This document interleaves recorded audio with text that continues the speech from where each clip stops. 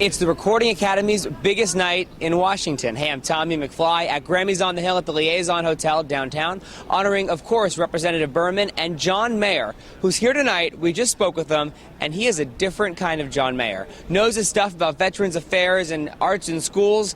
Let's take a look. And it's been nice to be told that you came in at this position in a chart, but for me, I think sometimes you can miss the human aspect of somebody enjoying what you do if you look for the inhuman aspect of numbers with lots of zeros after them. And for me, it's people who hand back change or, you know, help me to my room or something and say how much the record means to them. People on the street or people, I mean, even people at Walter Reed Medical Center. I mean, that's unbelievable to hear people say that.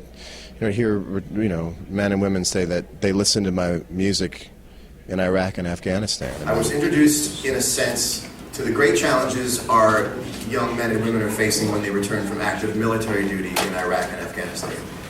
How do we balance respecting the individuality of each returning vet with the universality of the symptoms of PTSD and TBI, combat stress? You look at the lifespan of someone who's gone to war and they're 24 years old, you hope that that is the smallest part of their life in terms of the years lived. You hopefully have 80 more years, 40 more years of good living. One question I've been looking to answer for years now is, if someone walked up to a serviceman or woman in an airport to show thanks and support, what would the best thing to say be? A 6-year-old boy knows how to talk to a fireman, knows how to talk to a police officer.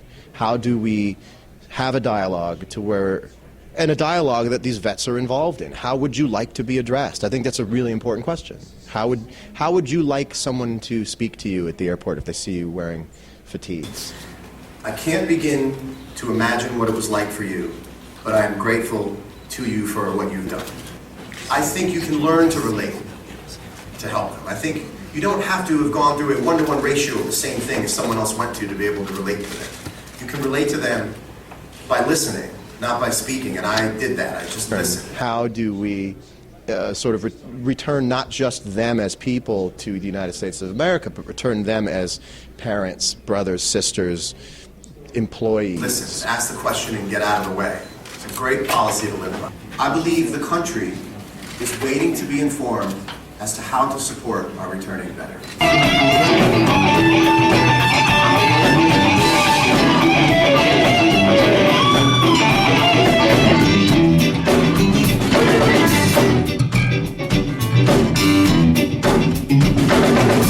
I don't want you to be no slave.